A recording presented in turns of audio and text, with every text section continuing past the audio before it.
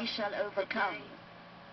We shall win, not only because we are right, but also because there is no alternative.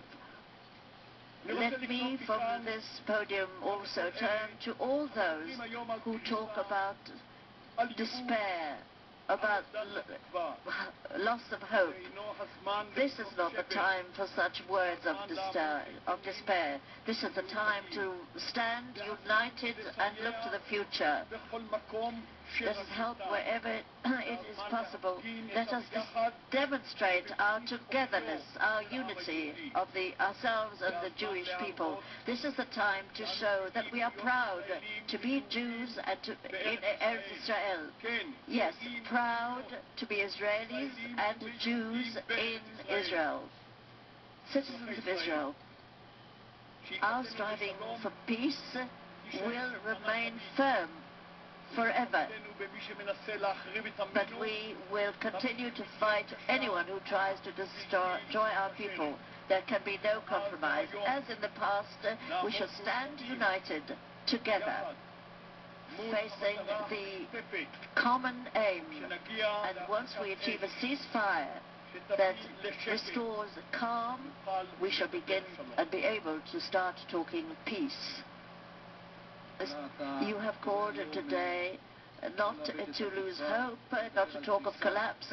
Perhaps you could tell the Israeli public, where do you see hope? And how long do you think it will take? What are we talking about? Weeks? Are we talking months? Until this confrontation will end, until the terrorism ends, and we can achieve a ceasefire. Where can you tell us is there a sign of hope? We want to hear where is a sign of hope. You said following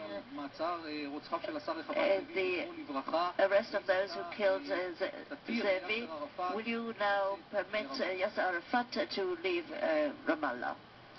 Fruit of hope can be found in what we are actually doing, building, constructing, developing. In spite of our tough fight and resistance to the terror which has gone on for decades. Today, it's gone on for 120 years. In spite of all that, we succeeded in bringing here millions of Jews. We have set up a wonderful infrastructure of the society, set up industry, research institutes, agriculture, wonderful medical institutions.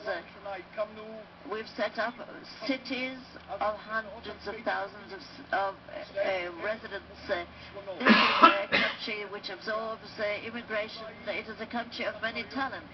If we today have 5 million Jews, I believe that within the next 10 to 13 years we shall bring another million Jews, and we shall continue to develop and to prosper, and we shall achieve security. That is my hope. We want to achieve peace, and we shall achieve peace.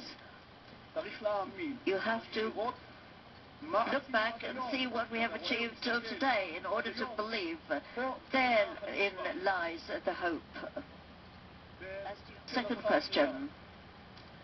We are checking out the reports.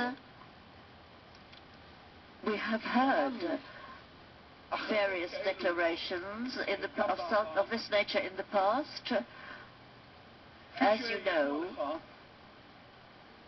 we demanded the arrest not only of the 3 terrorists, but others too connected with that attack, but also those who acted together with the chairman of the PA in bringing Iranian weapons to the PA. Whoever is responsible for that also must be arrested. That is another thing that we demanded. We are checking out what is happening. I would like to stress that, as always, we shall abide by all our commitments. All right. Putting on a brave face in an increasingly desperate situation during the summer of 2001, Of course, a few months later, September 11th happened here in the United States. This did not ease tensions between the Palestinians and the Israelis. March 29, 2002, the IDF went into the West Bank in force with tanks and with heavy equipment. The suicide bombings continued. Between 2002 and 2004, another 300 Israelis were killed in suicide bombings. Then, in the fall of 2004, something remarkable happened. Ariel Sharon decided on an entirely new strategy. Instead of fighting and fighting and dying and fighting and dying, he decided the time had come to finally begin to withdraw from the occupied territories. On October 27, 2004, the Israeli Knesset, the parliament, voted to back Ariel Sharon's plan to withdraw from the Gaza Strip.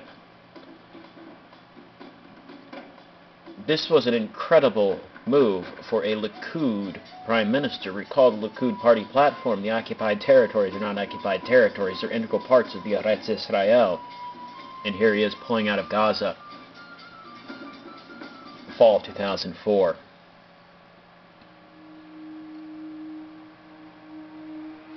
Gaza's tiny. It is a very small strip of land along the Mediterranean. There are approximately 9,000, or were approximately 9,000 settlers in Gaza prior to the end of 2004, beginning of 2005, when the pullout happened. You can see on this map here, the areas in red are settlements. They're mainly, not exclusively, right along the Mediterranean there, from Dugat in the north to Payat Seda and Gush Katif in the south. What we're going to see now is a documentary done by an Australian team on the situation here in Gaza at the end of 2004. You see, the settlers were told they had to leave. They were given a generous buyout offer, but they had to leave. Let's go to the documentary clip.